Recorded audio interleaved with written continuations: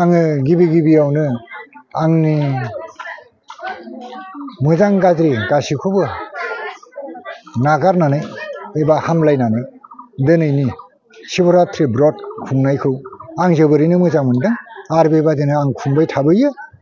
नै फैयै दिनै फ्राय आं खुंनाया आफा थैनायनि उननिफ्राय 13-14 बोसोरसो जाबोबाय।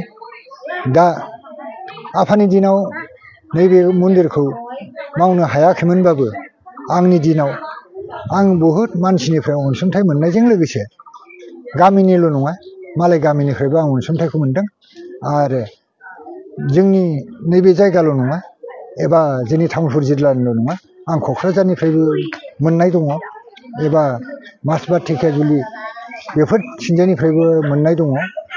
दा आं गासै भक्त फिसाफ्रा जेरैबायदि आंनो अनसुंथाइखौ होदों बे अनसुंथाइ मोननायजों लोगोसे आं दा गुरु मन्दिरखौ लुफुंनो हादों। दिनै गुरु मन्दिरखौ आंजों लोगोसे मावफानायफोरखौबो आङो आंनि गोसो सिंनिफ्राय आं रोजा आंनि गोसोनिफ्राय आं बिसोरखौ साबायखर बावदों। जाहाथे दिनै आरो नैबे जिथु आर'नाइ होदों बे आर'नाइ आगर एरनाय बिसोरनो आङो आंनि लोगोआनो मावदों। दा आंनि लोगोआनो मावदोंब्लाबो आं बिसोरखौ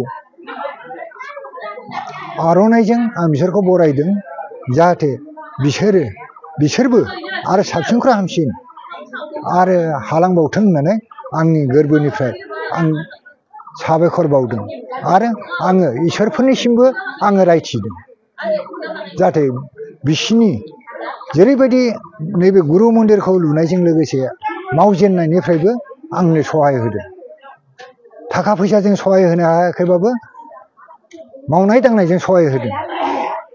दा आङो बेखिनिखौनो दिनै शिवरात्रि ब्रतआव सिबिनायाव जेरैबायदि मानसि नुजाफैदों आरो फैदों आं गासिबखौबो बयनिसिम गासिबखौबो मोजां गाज्रि हामलायनायखौ बावहरनानै आङो जोबोरै मोजां मोनदों आरो आं बिनिख्रुइ साबसिन आरो खुंनो हाबावथों आरो इसोराबो आंनो बोनानै होथों गासै भक्तफोरखौ। आं बेखौनो सानो आं थैनानै थांगोन। आं थैनानै थाङोब्लाबो बे गुरु मन्दिरा जाहाथे थांनानै थायो आरो बेखौ सिबिग्रा आरो पुनर गोदान जाहाथे ओंखारफिनो। आं बेखिनिखौनो बुंनानै आंनि बिबुंथि आं दिनै सानसेयाव गिबियाव आङो दहाय गंगा फुजा होबाय। गंगा फुजा होनानै आङो शिब मन्दिरखौ एसे फोसाबबाय। थारमाने बावथाय बावनांगौ नालाय लाइजाम फाथालि बावनांगौ। बिनि उनाव आं गासैबो गुरु मन्दिराव थारमाने लाइजाम फाथालि बावनानै दोनथ'नानै आङो आरो जयग' होबाय। जयग' गासै नुजाफैनाय भक्तफोरखौ गासैखौबो लानानै आं रायजोनिनो होखायो आरो रायजोनि जानानै होबाय आरो बिनि उनाव आं दा नै आरो लिंग'आव मन्दिर सिङाव आं लिंग'आव आरो फुजा होबाय। बे हाबाफारियाव बेसेबांसो भक्त बिथांमोना बा सिबियारि बिथांमोना बाहागो लादों? बेयावथ' थारमाने दा गासै दङ गैया नङा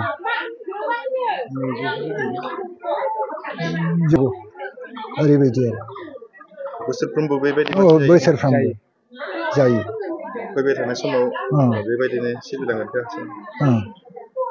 बेबायदिनो बोसोरै थारमाने शिवरात्रि तिथिब्ला बेबादिनो जायो आरो नै बिजय दशमियावबो आङो आरो बेखौबो होयो आरो।